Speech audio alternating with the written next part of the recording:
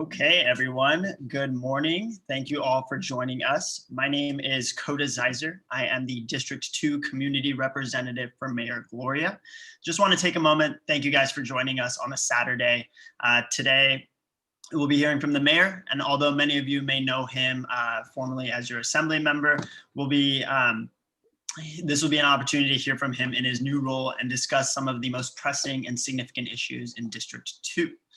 Today, we'll hear the mayor's update on the city and then dive into our Q&A portion. So thank you to everyone who took some time to submit questions before this as well.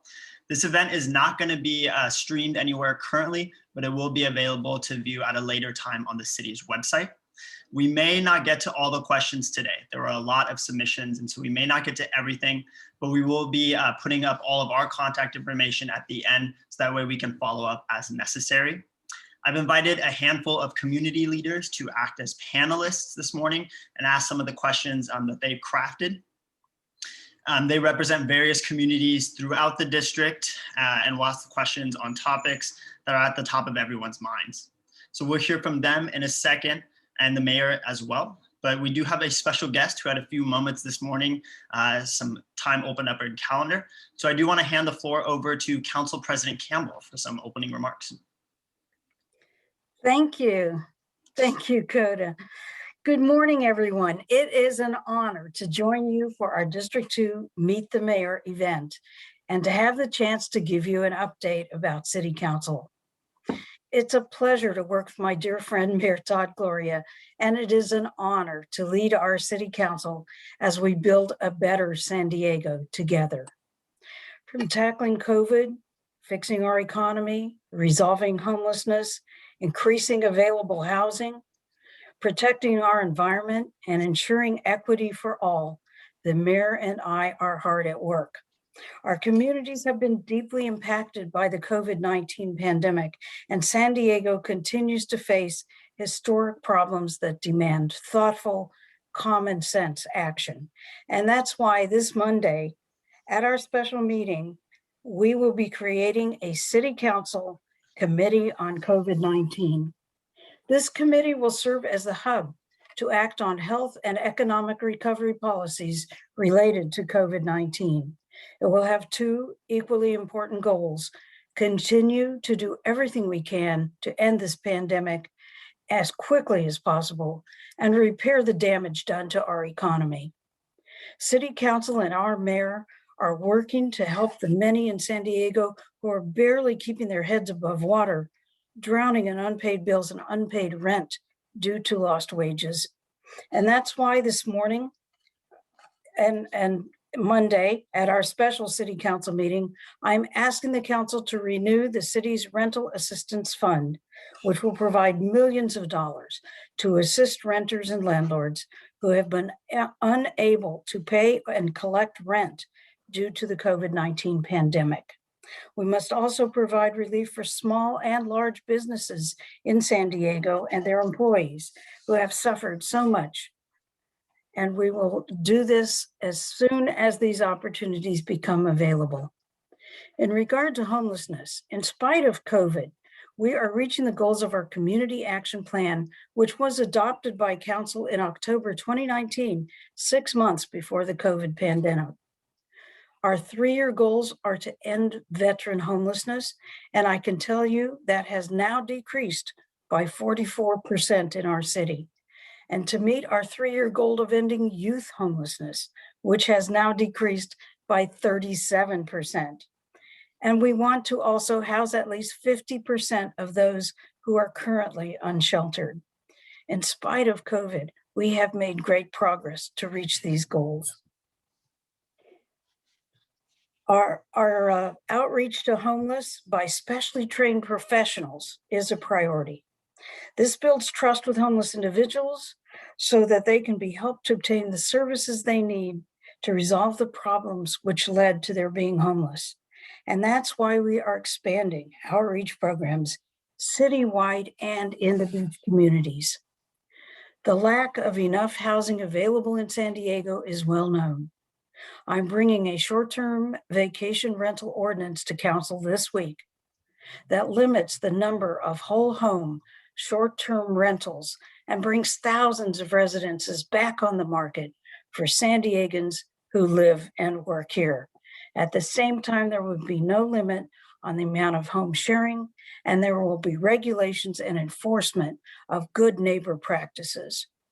We are working to build new housing, but to do so while protecting the unique natural beauty of San Diego. This is of utmost importance. And we are protecting San Diego's environment. We will update our climate action plan, identify opportunities to restore wetlands across San Diego, and create a broader environment advisory board. This will also be a year of racial justice and equity. I'm working to advance the initiatives that City Council has already set in motion, along with the mayor, the new Commission on Police Practices, and the new Office of Race and Equity. These are important steps in our ongoing work to bring full equity for all. We are also working with the mayor's office and city attorneys to bring forward a sidewalk vendor ordinance, long overdue, and will help District 2 immensely. And so thank you again for Zooming with us this morning. It's a pleasure to share this update with you. And now I'm going to hand it back to Coda, and he will be taking over. Thank you so much. Council President, thank you so much for your time this morning. I know you have another event to run to, but I hope you can stay and hear some of the remarks from Mayor as well. Now, I do want to introduce the man of the hour who you are all here to see. I would like to hand the floor over to the Mayor of the City of San Diego, Todd Gloria. Coda, thank you so much. Council President, thank you for your time this morning. I know you have a very busy schedule, but I couldn't come to D2 without rolling with our Council President, who I really enjoy our working relationship with. And Dr. Jen, thank you so much for your leadership, both of the Council and particularly on homelessness issues. Yesterday, she and I spent about 2 hours with some of our homeless leaders in the community, really outlining our vision for solving this particular problem, as well as our expectations in terms of performance. And so with our partnership, along with County Supervisor Nathan Fletcher, I'm just excited about what the potential of being able to make tremendous progress. And that's thanks in large part to Dr. Campbell's compassion for this issue. So thank you, Dr. Jen, and feel free to sign off whenever you need to. I know you have other community events in the district to attend today. Coda, thanks for the introduction, and thank you all for being here this morning. If you remember nothing else this morning, I want you to remember Coda's name. He will put his contact information in the chat too, I'm sure. He is your point of contact in Council District 2. Coda is an incredible member of our team. He's doing a fantastic job. You can imagine looking after D2 is no small task, and this is not the only thing he does. So I just would say he is definitely the right guy for this job. Please be in touch with him with, maybe the smaller things you have concerns about, a street light that's out or something of that nature, or more community-based issues that you need concerns with. He's your point person and someone you should have saved in your contacts. And Coda, thanks for all the hard work that you're doing.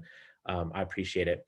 I want to give you a quick update from the mayor's office. And then, as Coda mentioned, we'll go to some of the questions from some of our community leaders, as well as those that were submitted for those who asked to attend. And we'll try and be as efficient as possible to try and get as many questions as possible. Although I will tell you that many of the questions are in the same, sorry, my dog is hitting the light this morning. he ain't happy with Pops doing a Zoom this morning. COVID, right? This is where we're at. So let me just update. Council President got to a little bit of this, but I want to acknowledge the fact that a lot of folks are really hurting. We know that. I see that every day. I was walking my dog this morning, and one of my neighbors flagged me down and was sort of sharing some of the concerns that she and her mother have. And it's really heartbreaking. And I want you to know that we understand that. We're prioritizing that, and we're throwing the full weight of the city behind trying to address that. That's everything from our Shop Local campaign that I launched in partnership with our Chamber of Commerce and Economic Development Corporation to really encourage San Diegans to shop locally. And you think about all the small local businesses that have been so deeply hurt by the pandemic and the stay-at-home orders, and recognize that when you have the choice to shop, to the extent that you can do that locally and support these businesses, help them to employ our neighbors and keep those revenues here in the community, absolutely everyone benefits. We're going to launch a web portal soon for businesses to help you find your way to local businesses. I think a lot of times we want to do the right thing, but we don't quite know where to go. And so again, in partnership with our performance and analytics department at the city, as well as those two business organizations, we'll have that soon to share with the community, acknowledging that while we're a year into this, we're not out of it yet. And so this will continue to be, I think, beneficial even after the pandemic. Um, Dr. Jen mentioned, and I think it's important to emphasize this morning, the relief for tenants and small businesses, starting first with our eviction moratorium, which thanks to the council president's leadership, we were able to extend in our city and to make it relate to commercial properties as well, specifically small local businesses.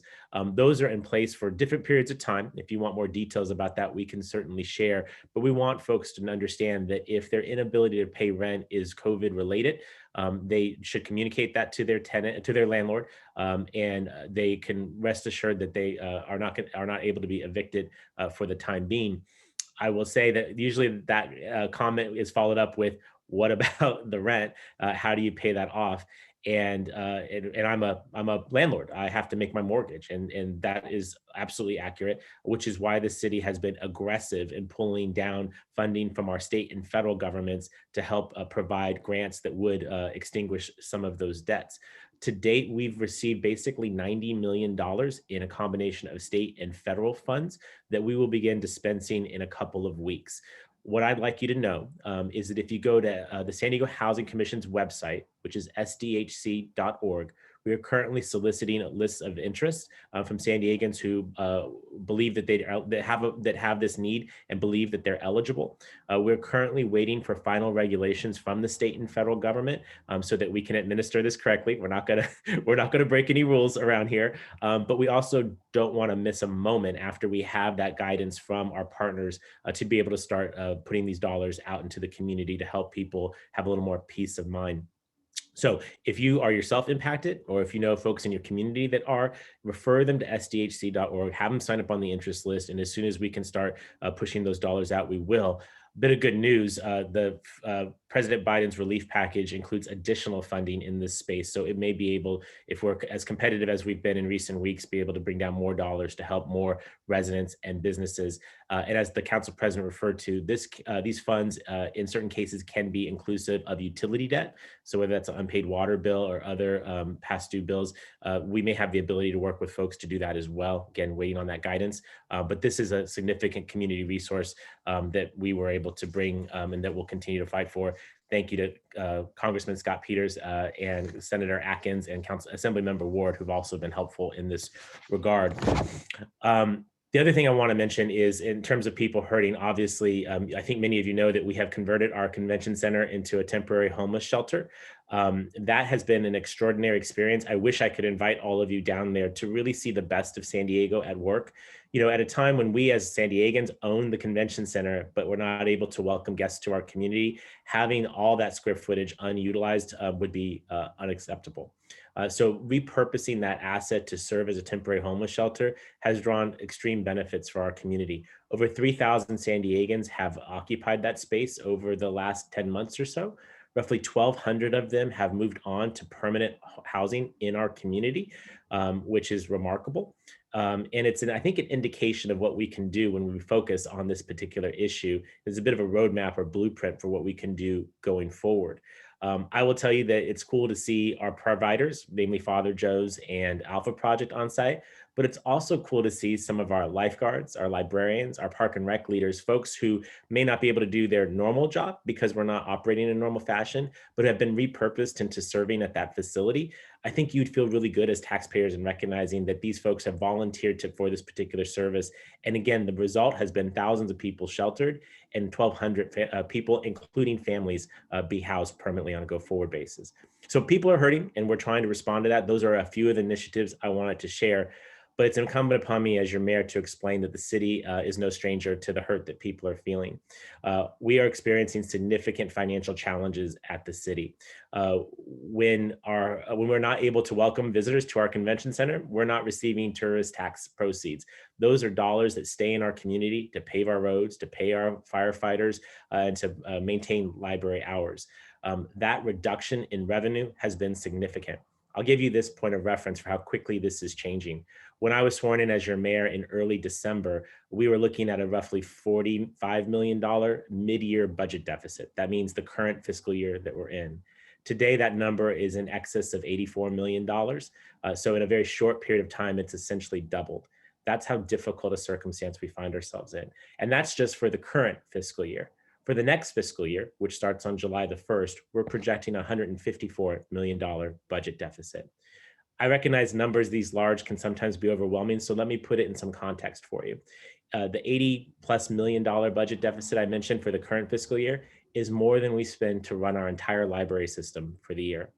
The $154 million deficit for next year is more than we spend to run our Park and Recreation Department for the entire year.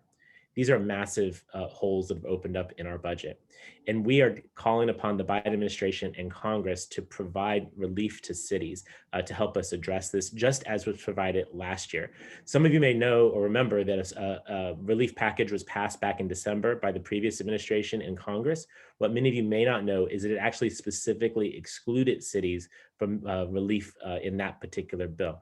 President Biden has put forward his $1.9 trillion relief package. It includes $350 billion for state and local governments.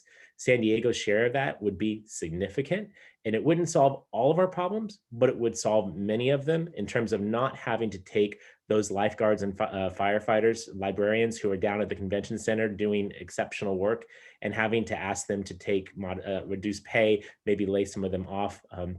That would hardly seem the way that we want to reward stepping up during these difficult times. And so that relief package from Congress would be consequential. My team is lobbying heavily in Washington, D.C. to make sure that that bill passes and that we get our fair share. I'm optimistic that will happen, but until that check arrives, we can't expect anything other than to have to deal with the deficit that we're currently facing. And so I ask for your continued pressure on our members of Congress to pass this. Again, Congressman Peters has been fantastic. Our two senators have been good as well. If you happen to have friends in other states that can lobby their members of Congress, that might also be beneficial. You kind of have to laugh because the circumstances are kind of dire. But it's important for you to understand the financial position of the city and how critical that relief package is. I want to be very clear with you though. If it doesn't pass, we will balance the city's budget. That is my obligation as the city's mayor. We don't have the luxury of running a deficit like the federal government. We must balance our books, and we must do that by July the 1st. As I alluded a moment ago, this bill would not solve all of our problems. We were running a budget, the city of San Diego was running a budget deficit before the pandemic. And that is no different. So you can understand that there are some existing structural problems at the city that I need to solve. My commitment to you is that we will do that. We will do the hard work to make sure that we address this issue head on.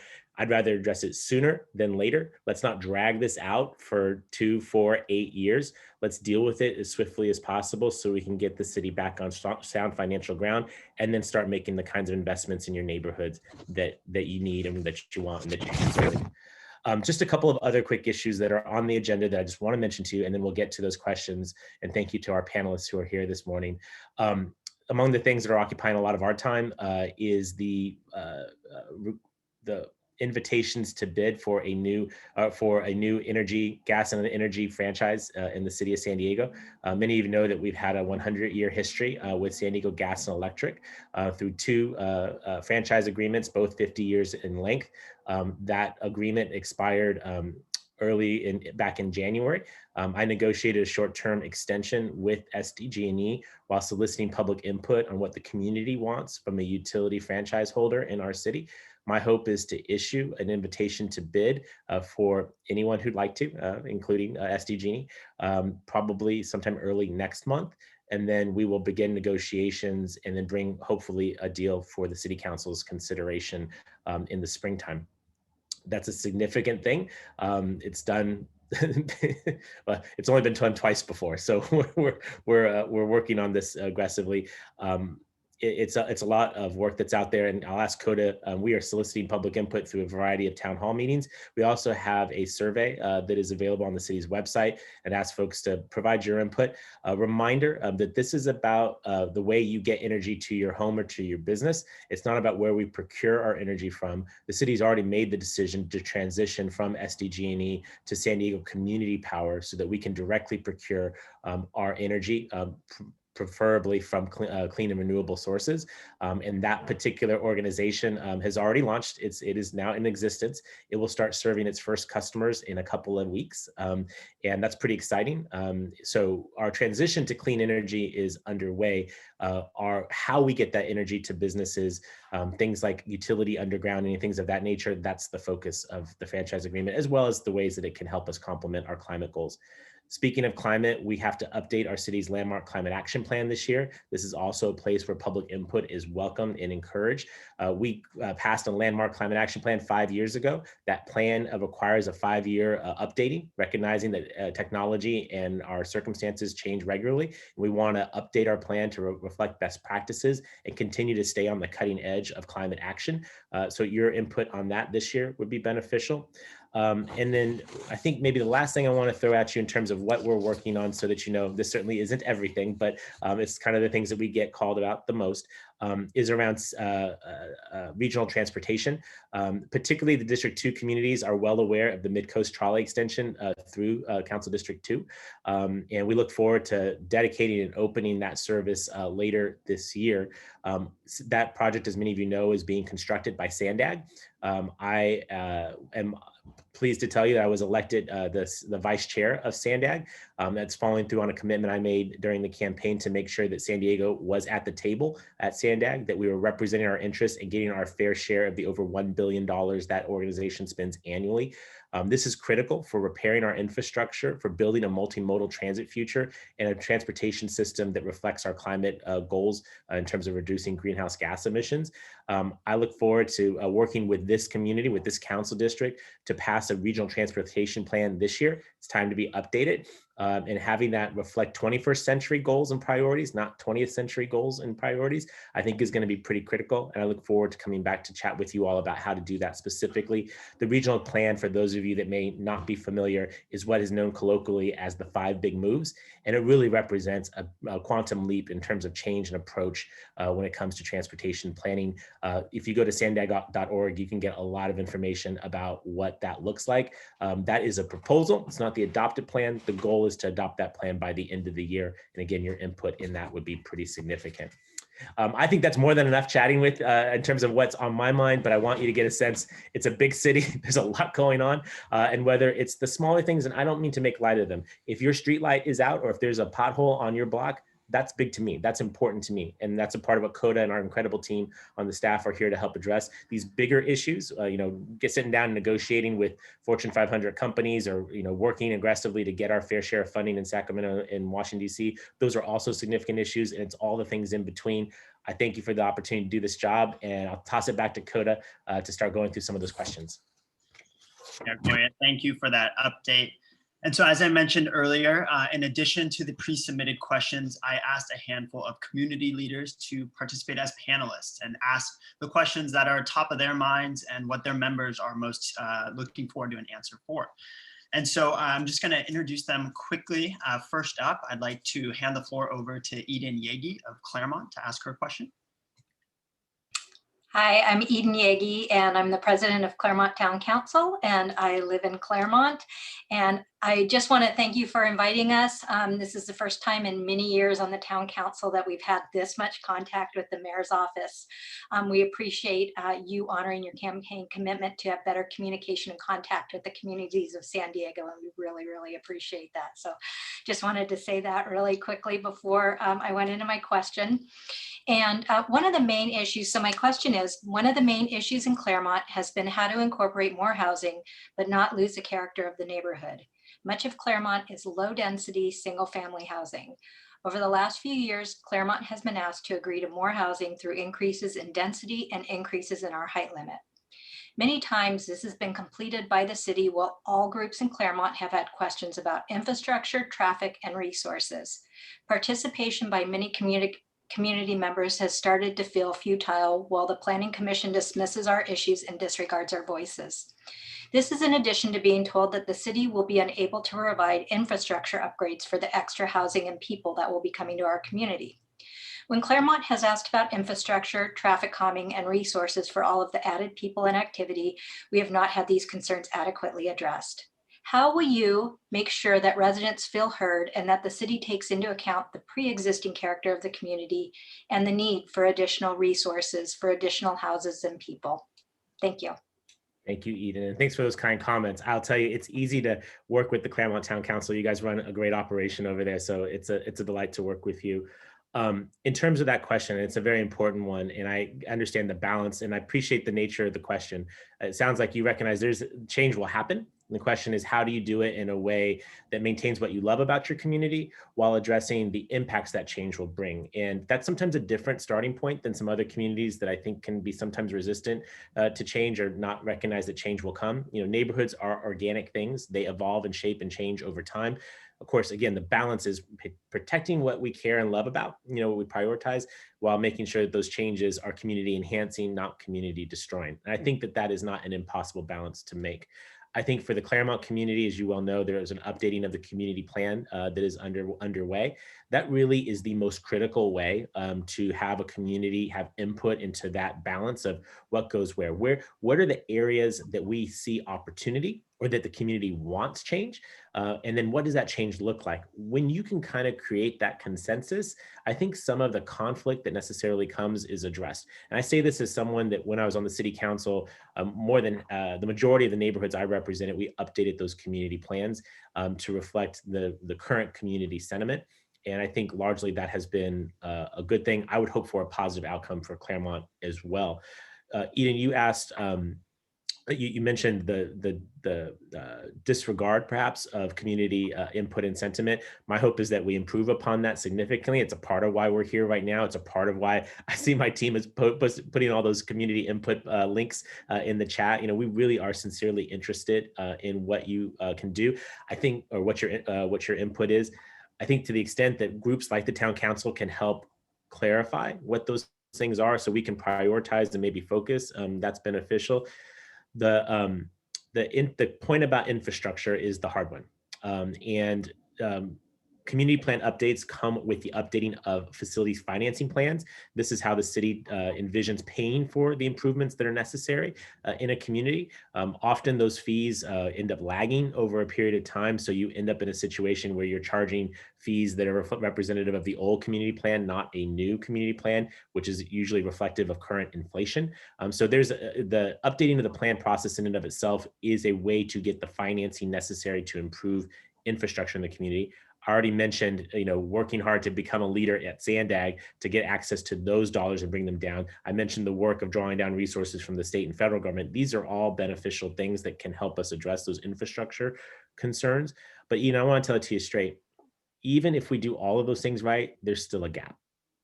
And at some point, we're going to have I don't like the word the conversation, because not that we don't want to have a conversation, but in the sense that sometimes the outcome is the conversation as opposed to the conversations leading to an outcome. And I'm interested more in outcomes. When you look at the city's budget deficits, the numbers I was mentioning to you a moment ago is for status quo service. But Eden, you're alluding to the fact that the infrastructure in your neighborhood is already inadequate, and you're concerned about what that looks like with even more residents. And so addressing that existing gap and the gap that could be created by more growth is where we're gonna have to spend some time. This is not a concern that's unique to Claremont. It's true across the city. And whether it's our stormwater challenges, the Voice San Diego had an excellent article recently explaining the size of that problem. I'd be willing to wager that of the folks who are here, many of them don't know what stormwater is or couldn't explain what it is. And you can understand the danger in having a problem that is measured in billions of dollars, and yet the general public can't adequately explain what that means. That's a problem. That's a part of where the discussion has to happen. My commitment to you is to be transparent, direct, and honest about our circumstances, but that part of the equation is going to take longer. I will just simply say the community plan update is really important. The updating fees that come with it are critical. And the last thing I want to just mention maybe two things actually. We are currently updating our city's parks master plan. And I think that this is a really important place for Claremont and all of D2 to weigh in. You may know that the city's current approach has really resulted in an inequity in terms of the way our parks look compared to different neighborhoods. And while it's often just addressed in a north or south of 8 kind of conversation, the fact of the matter is a lot of the communities of District 2 are relatively old in, comparatively in the city, which means your infrastructure is also old. The proposals that are in that park master plan could unlock some dollars that would actually allow us to make investments in older facilities to upgrade them. And that'd be an area perhaps for town councils and different groups who are represented here to take a look at it and see if you think it addresses your concerns. If it doesn't, it wasn't successfully passed in the last administration. And so your feedback on how to make that work better would be beneficial, but I do think that's a way to address the parks component of it. This year, we're going to update our library master plan with a similar kind of vision. So again, that would be important. And the last thing I want to mention of those two I said is one thing that comes to mind to this need for housing and the need to address infrastructure is the ways that we can use existing city assets to address this better. I often hear people say, we understand the need for more housing, but we don't want, our infrastructure is inadequate and we have no confidence that you'll address it. Understand. Combining those two issues, maybe a 2-bird, 1-stone approach would be helpful. I think that we should be in the business going forward as we update facilities to put housing on top of them. So for example, I live in Mission Hills. We have a new library that's just up the street in an area where we have 2, 3, 4, 5, 6-story buildings. Our library is a 1-story building, and the missed opportunity of not putting housing above it and avoiding the cost of land acquisition, potentially creating more housing that's affordable to regular people. Think about a librarian actually be able to live in the neighborhood they serve. That was perhaps a missed opportunity. And I think there are some opportunities there to do a twofer where we get a new library built, through partnership with the private sector, but yield the housing units that we need that would be naturally more affordable because you didn't have to acquire the real estate. It's that kind of level of creativity that we're looking at and seeing if there's ways that may work in the Claremont community or other communities. And as your neighborhoods sort of consider these questions, I'd certainly welcome your feedback of saying, our fire station, we need an upgraded one, and it actually might be a good place to have more housing. That would be the kind of innovation that I would be interested in having more conversations with the community. I'm sorry, that was really lengthy, but there was a lot in that. I promise I'll be more efficient. Coda, who's next? Thank you, sir. Thank you. Next up, I want to call on Carl Rand of Pacific Beach. Hey, Carl. Hello, Mayor. Hi. Good morning. Good morning. My name is Carl Rand, Carl with a K, and I am chair of the Pacific Beach Planning Group.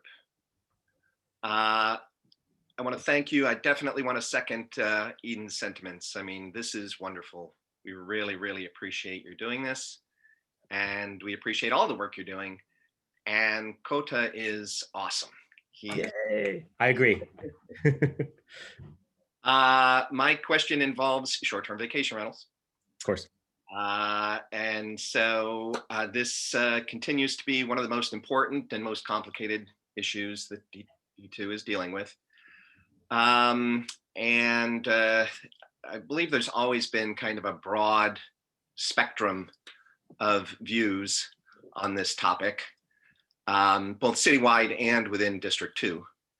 And I believe that most of the residents were happy with the 2018 ordinance that was primary only, which in today's parlance is tiers 1 and 2. Right. And I think most residents do not want investor-owned tier 3 rentals. But at this point, I think most of the community groups and individuals, the town councils and planning groups seem to be resigned to the likelihood that there is going to be some tier 3 rentals in District 2.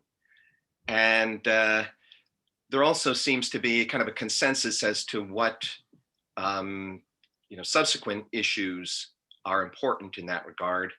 And I think that there are 2 issues that have emerged as a very high priority. One is platform accountability, I'll call it, and the other is the cap by district issue. And so on platform accountability, I mean, this sort of seems like it's a no-brainer. We believe that our ordinance should have the same tough provisions that they have up in San Francisco. We don't need to reinvent the wheel.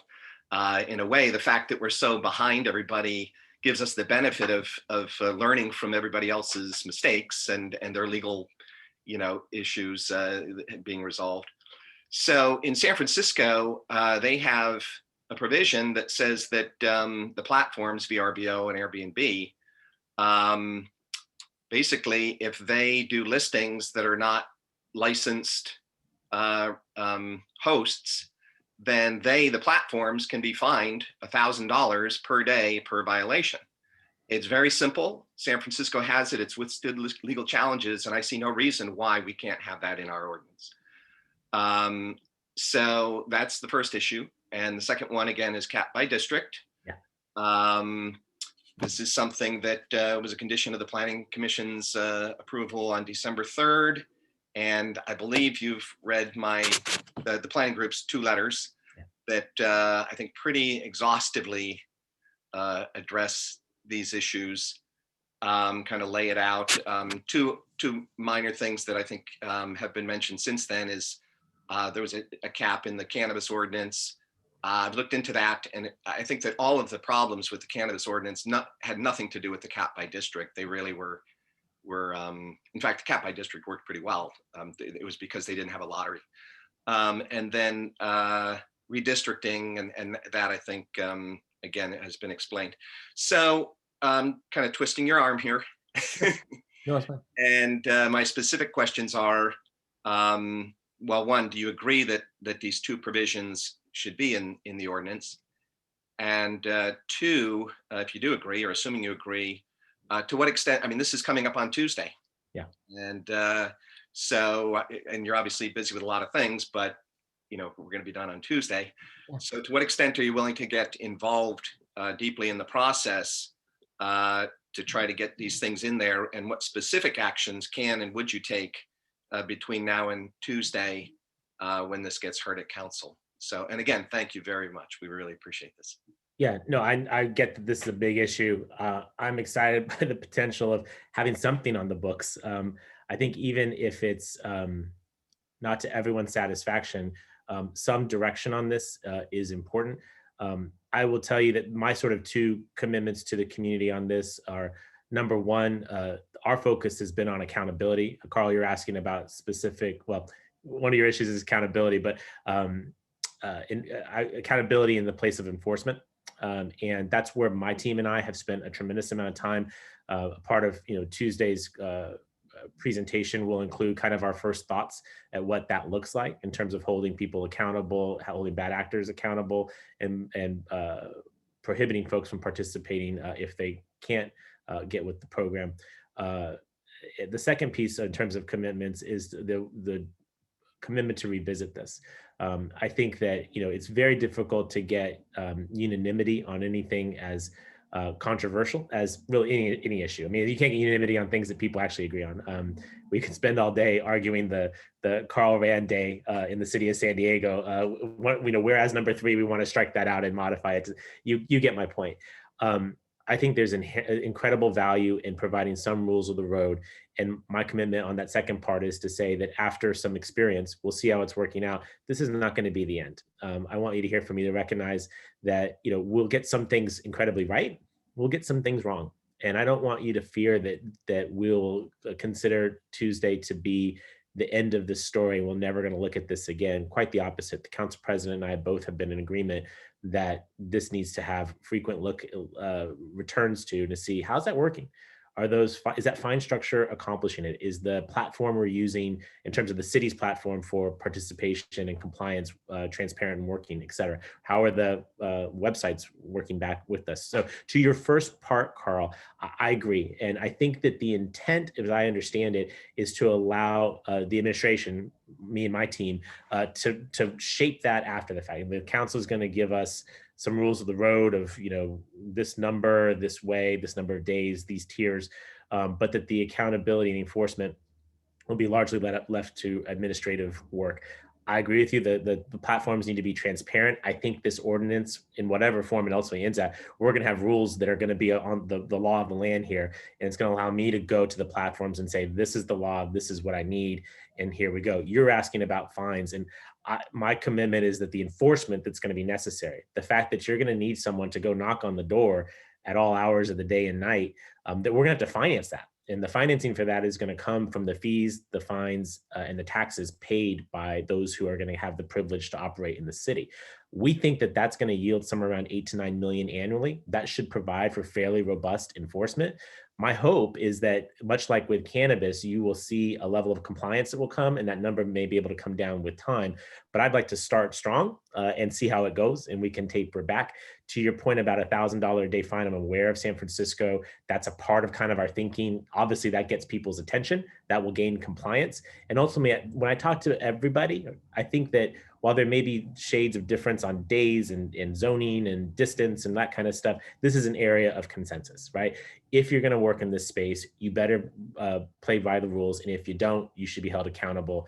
We're going to be aggressive in that regard to gain compliance and allow us to move on. To your point about caps, I've got to be honest, Carl, I have struggled with that particular issue, not because cannabis is the perfect corollary, and largely, I don't think we've experienced the true challenges for how that's going to work.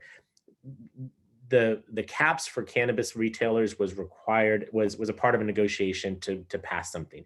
We had not taken any action in like almost 2 decades on cannabis. We finally got some rules, and at the last minute, a handful of council members asked for this. I was the author of that ordinance.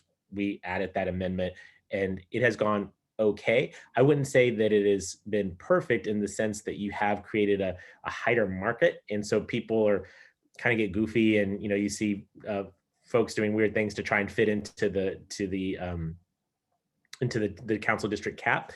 But what we're about to see through redistricting may be problematic. If you end up clustering more than the approved amount of licenses in a particular district, that does create liability for the city. And I do worry about that a lot. The city attorney has provided some guidance on that, understanding how that applies to vacation rentals. I guess if the council adopts that, we'll work with that. My focus is on the actual enforcement and implementation. If the council passes something on Tuesday, the community needs to know, when is it going to be implemented? How's it going to work? And what's the commitment to ongoing improvement? You've already heard from me. That's where my focus is.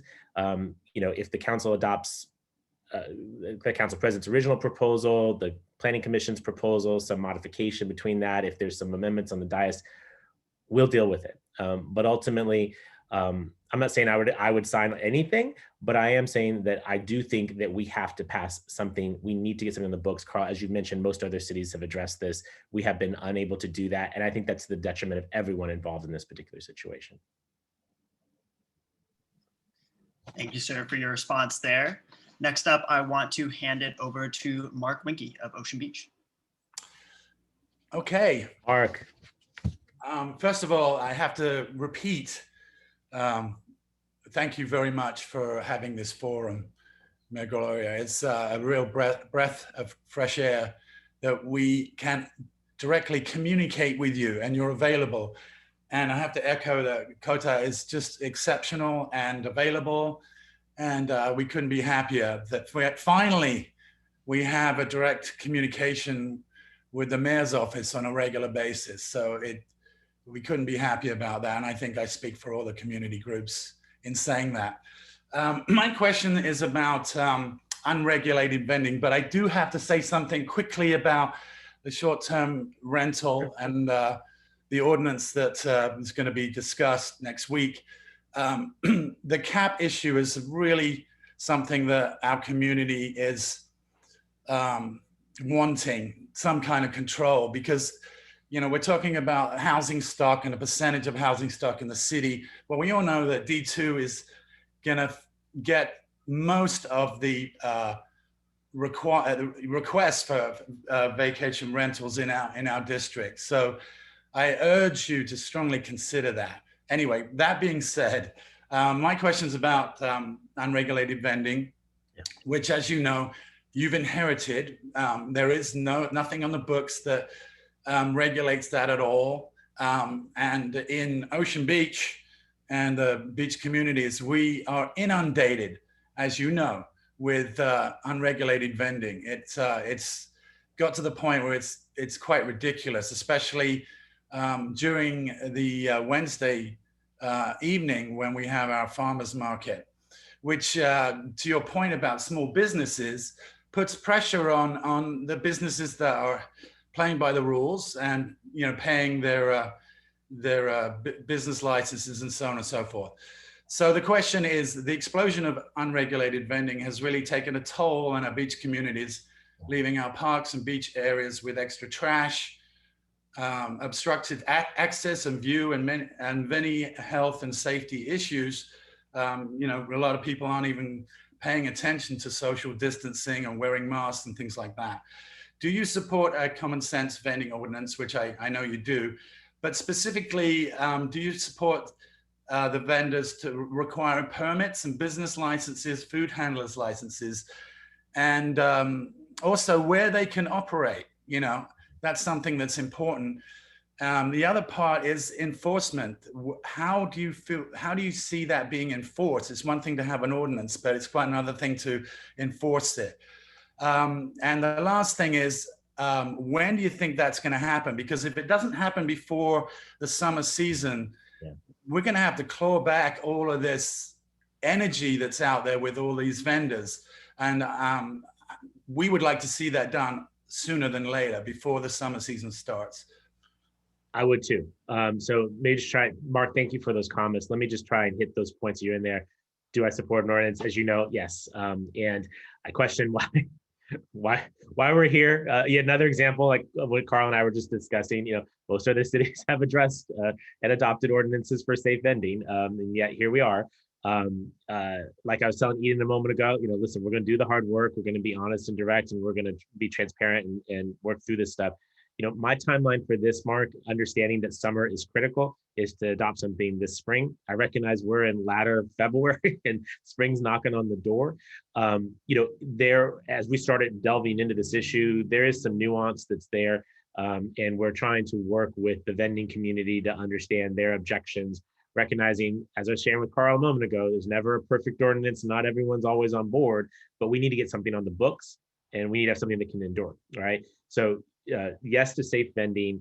You mentioned a number of conditions, you know, obviously things that would get to your last part about, or one of your last parts about enforcement. You know, those permits and fees do help us to actually have credible enforcement, which, as I think the beach communities know more than anybody, enforcement is everything, right? We pass a lot of stuff, people clap themselves on the back, there's a ribbon cutting or a press conference, and then you all are there and the community is left with having to actually deal with it and saying, but what about, anyway, so I'm sensitive to that, much like with the vacation rental issue. This one is similar in that regard, not as big, but similar. So fees and taxes and permits and that stuff help us to make credible enforcement. You tacked on the issue that seems to be based on the conversations with some of the stakeholders where the real conflict is around location, and recognizing that an overabundance too close to certain areas, blocking rights of way, passage to beaches and park spaces is problematic. And we do need to regulate that. Some have suggested that the previous draft ordinance is overly restrictive in that regard. Okay, well then what does that look like? Where's the Goldilocks in this, right? Of if that was too restrictive and you know, those who may want very little to no regulation on this, let's find a happy common ground on this. Ultimately, at the end of the day, like the vacation rental issue, we need to get some guidance on this. We need to get something on the ground. And again, course correct if we've overgone in one direction or another. If the fees are so burdensome that no one's participating and we're violating state law, or if we're too permissive and we're not addressing the concerns that I see, not just in the beach communities, but in some of our regional parks and other places where this is also a concern. This is not just a D2 issue. There are many other communities that have challenges. But again, there are also many other communities that have passed an ordinance that is working fine, hasn't been referendized, is fine. So look to us for hopefully bringing something before the city council by spring. I'm not interested in rehashing and relitigating all these issues, but I do want to take a touch point with all the stakeholders around before what I think is my judgment, a common sense approach to this, just get some rules on the books. I know this is particularly acute in OB. Denny has been very eloquent with me about why this needs to be done, and we will bring something forward. And I know that you all are supportive of the previous ordinance. It may be that we go with that, but I'm trying to hear from those who are really opposed to that and could create a possibility where we can't pass an ordinance to understand what are those concerns and what can we get to in terms of compromise to move forward. But again, our timeline is spring, recognizing, as you mentioned, Mark, that the summertime is critical. And I don't think we want to go through another summer with an unregulated environment that it causes problems for really everybody. Wonderful. Thank you, sir. And just in the interest of time, I do want to skip over to Matt Gardner to ask his next question. Most of the questions that were pre-submitted were actually regarding homelessness. And so I'd like to hand the floor to Matt. Matt, how are you? Good morning, and thank you very much, Mayor Gloria, for putting this on and listening to our voices. It means a lot to us that you have this two-way conversation with the communities. And we hope this isn't just a early term practice, but it continues on throughout your entire tenure. My question, Matt Gardner, I'm the Mission Beach Town Council President. I also own 4 different small businesses in the Mission Beach area. And of course, I hail from here in Mission Beach, beautiful, best part of San Diego. My question is, the community of Mission Beach would like to know your plan for addressing the multifaceted problems surrounding homelessness, specifically in our communities and around the city as a whole. Thank you, Matt. Yeah, and I'm not surprised that this got the most number of questions, as Coda mentioned. It's really striking to me as I go around the city. We deal with a pandemic where people are afraid for their own health and the health of their families, an economic recession where folks are worried about their personal finances and the finances of their family and just providing for themselves. And yet what I get asked the most about is homelessness. And so this question of yours, Matt, is really indicative of what I'm hearing across the city and really should be, I think, clarifying for everyone in terms of where we're going to spend our time. Your question was very succinct and to the point, and I'm happy to try and address it. I believe that the right approach for the city is to follow national best practices, which is housing first. That term is sometimes confusing to folks, so let me try and unpack it. It's the idea the quickest way to solve someone's homelessness is to provide them with housing. I want to be clear, housing first does not mean housing only. It does presume that there are services that are provided. This is basically what's happening at the convention center, right? We've moved a ton of people under a roof, and then they're not just sitting there on cots all day. We have the county and their healthcare folks that are there. Father Joe's and Alpha Project are there. There are other providers that are there, which is precisely why we're able to exit over 1,000 of them into permanent housing. If you think about that level of intense focus and that high number of transition to permanent supports, I think you understand why it's a national best practice, why many federal and state dollars are contingent upon communities following this, and why my administration is going to advance this. So that's important. In terms of more specifics to that, we do have a homelessness action plan that the council president mentioned at the beginning of this. This was adopted by the previous administration, but Matt, I want you to hear from me. We are going to continue following that particular plan. You don't need the fits and starts of different plans over and over again. The city made a commitment to do this. It was adopted on a unanimous vote of the city council. I'm not going to junk that plan and start over again. We don't have time to waste. That plan was able to get unanimous support of the city council. Great. As the council president mentioned, we are seeing proper reductions in the emphasis areas, which is good. And so we're going to continue on that path. I will note that that particular plan did endorse housing first. The question is, are we going to live out those values? And I'll get to that in a second. Matt, what I think you're probably saying is, if you're following the old plan and we're not really happy with the status quo, it's nice that you're telling me that there's this X percentage reduction in veteran homelessness. I'm not seeing it. I'm guessing is probably your reaction. I agree. And so you don't see me running around town saying, oh, we're mission accomplished. Far from. We have so much more work to do. We're spending more than we ever have on this particular problem, and yet we're not necessarily, the communities aren't seeing the results that you want. So here are, we need to follow housing first. We need to stick to our homelessness action plan. I've asked and gotten the assistance of Matthew Doherty, who was President Obama's homelessness initiative owner in his administration. He is now taking a look at what the city is currently doing and the plan that we've adopted to try and align those better. I think that's when you start having the kinds of outcomes that were intended. And where I want to land this plane, Matt, and I think Coda has some follow-up questions because I saw some of them. There's a lot in the homelessness space. Ultimately, this is going to involve building a lot more housing generally, but housing for this population specifically. You've seen the city already procure 2 former hotel sites and convert them into permanent supportive housing, homes with the wraparound services.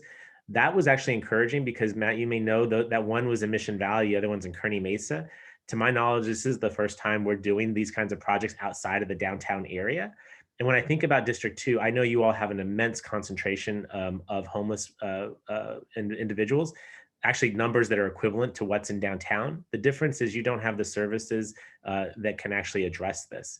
And I recognize some communities are quite scared when we talk about providing shelter spaces or permanent supportive housing in communities. I'd ask for you to reconsider, for those of you that feel that way, to reconsider. Is it better to have them in your alleyway, on your sidewalk, in your street, or in your canyon, or on the beach? Or is it better to have them housed in your community? I want you to think about the fact that the way housing looks today is very different than what you've thought it been previously.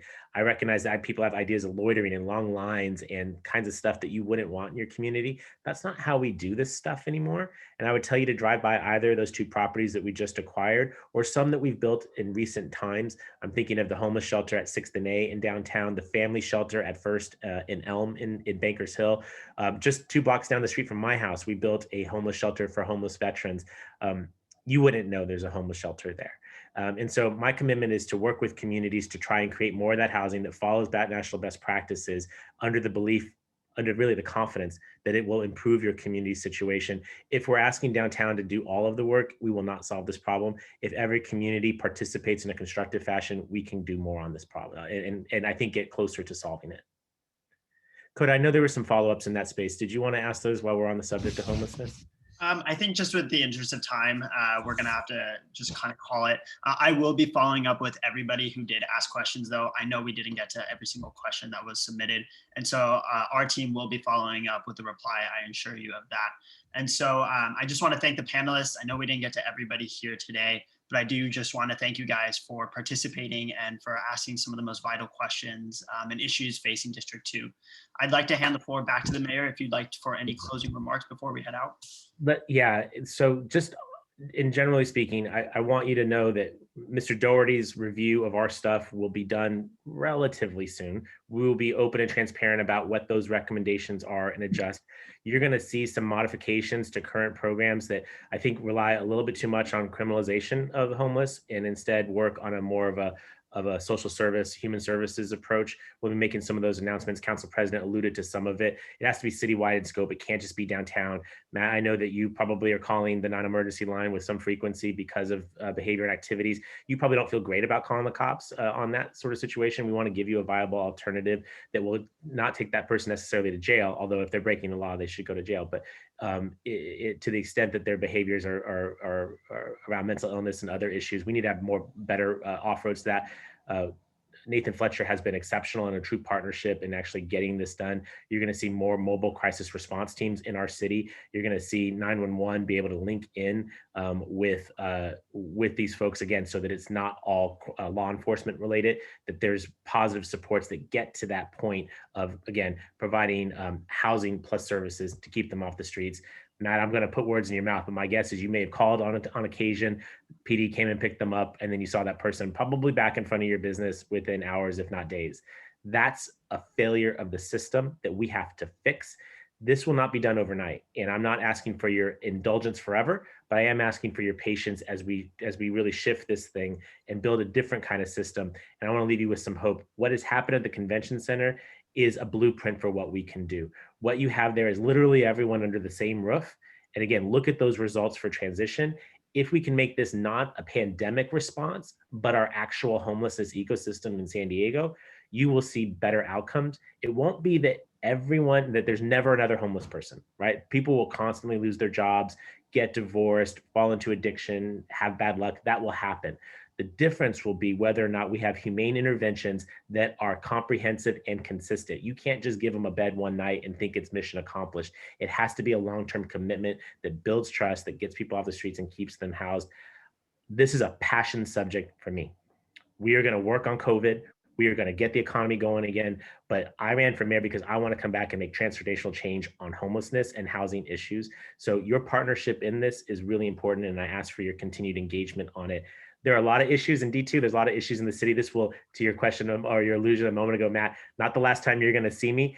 I'm actually finding this format to be really helpful, right? The fact that we didn't all have to plow into the PB library or some of the other wonderful facilities in the city. This facilitates it. So if it's cool for you, it's cool for me. But I appreciate your partnership in this. Thank you for the opportunity to be the mayor. Keep leaning on Coda, because as you all apparently already know, and I'm glad you do, he's awesome. and know that there's a good number of the rest of my team who is here, who are supportive, who are here to help support you. It's going to be a tough couple of years, everybody. I can't present any other way. I think our schools will be reopening relatively soon. I think all of us on this Zoom will have access to the vaccine in a couple of months. I think we'll start feeling normal again, late summer, fall time. We will get past this. The city's budget will continue to be troublesome for a couple of years. So again, straight talk, being truthful, is going to be a rough couple of years. But if we can work together, if we can agree to disagree when it's necessary, but not be disagreeable about it, I think we will be able to address some of these issues that we're addressing, that we'll address today.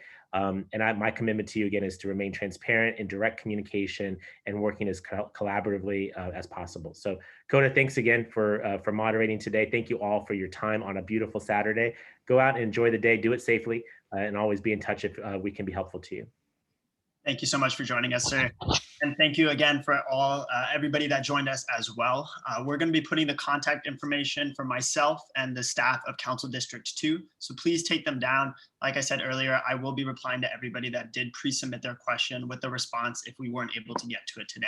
So be on the lookout for a response from our office in the next few days, over the next week. But yeah, here is the contact information for myself and Council District 2. So we'll leave this Zoom up for a little bit longer just so you guys can all take down the information. But Mayor, thank you again for joining us. We really appreciate your time. And thank you again for all the attendees as well. Thanks, everybody.